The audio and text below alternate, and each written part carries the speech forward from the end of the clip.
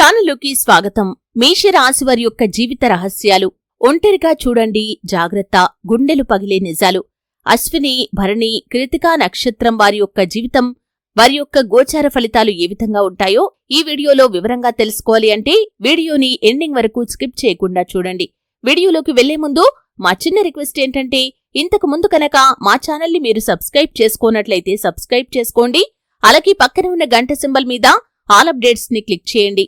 ఇక వివరాల్లోకి వెళ్తే, అశ్విని నక్షత్రం 1, 2, 3, 4 పాదాలు, భరణి నక్షత్రం 1, 2, 3, 4 పాదాలు మరియు కృతికా నక్షత్రం 1వ పాదంలో జన్మించిన వారు మేషరాశికి చెందుతారు.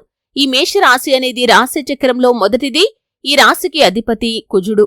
ఈ మేషరాశి వారు వారి యొక్క జీవితంలో ఒడిదొడుకులు, సమస్యలు ఎక్కువగా అనుభవిస్తూ ఉంటారు. కోపం అధికంగా ఉంటుంది. కోపాన్ని నియంత్రించుకున్నట్లయితే జీవితంలో పై స్థానంలోకి వెళ్లగలుగుతారు.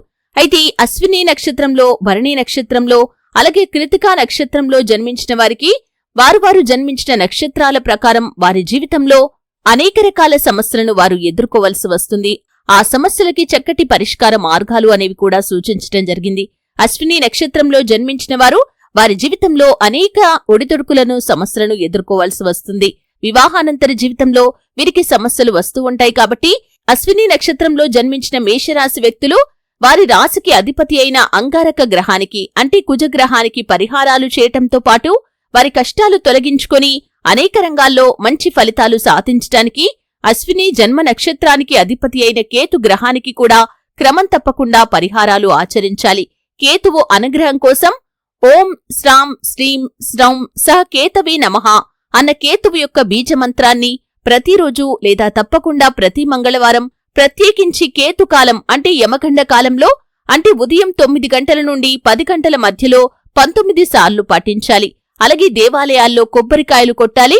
కొబ్బరికాయ ఏ విధంగా అయితే పగిలి 2 ముక్కలు అవుతుందో అదేవిధంగా మీ దోషాలు కూడా పగిలి ముక్కలై మీ నుండి తొలగిపోతాయి.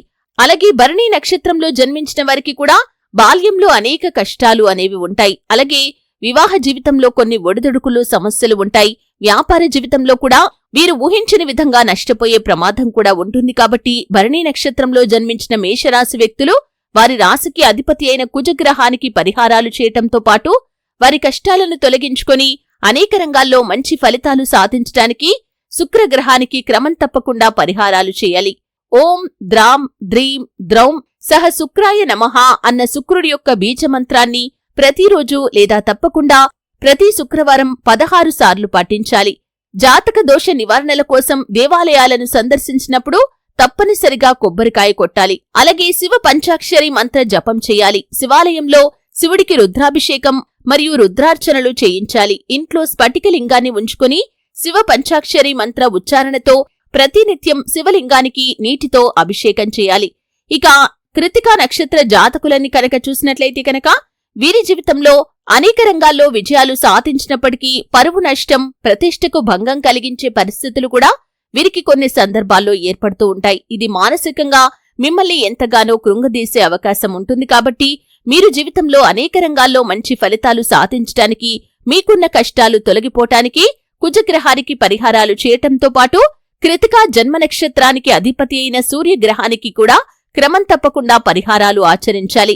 ఓం హ్రాం హ్రీం హ్రౌం సహ సూర్యాయ నమః అన్న సూర్యుడి బీజమంత్రాన్ని ప్రతిరోజు లేదా తప్పకుండా ప్రతి ఆదివారం 7 సార్లు పాటించాలి. ఆదివారం బెల్లంతో గోధుమల పాయసం చేసి ఆదిత్య హృదయ స్తోత్ర పఠనంతో సహా సూర్యుడికి నివేదించి భుజించటం వల్ల వీరికి సంపూర్ణ ఆరోగ్యం చేకూరుతుంది. ఇంట్లో తెల్ల సంపంగి, జాజిమల్లె, మాలతి మరియు నందివర్ధనం పుష్ప వృక్షాలను పెంచుకోవాలి. వాటితో శివార్చన చేయాలి. వేద పండితుల సేవ, వారి పాదాలకు నమస్కరించటం, ఆశీస్సులు పొందటం చేయాలి. దేవాలయాలకు పూజ కోసం తెలుపు రంగు పుష్పాలను సమర్పించాలి.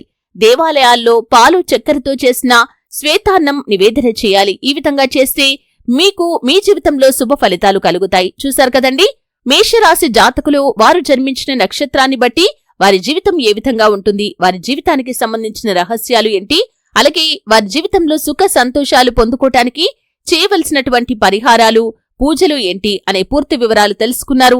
వీడియో నచ్చితే ఖచ్చితంగా లైక్ చేయండి. మరిన్ని మంచి వీడియోల కోసం ఇప్పుడే మా ఛానల్ని సబ్స్క్రైబ్ చేసుకోండి.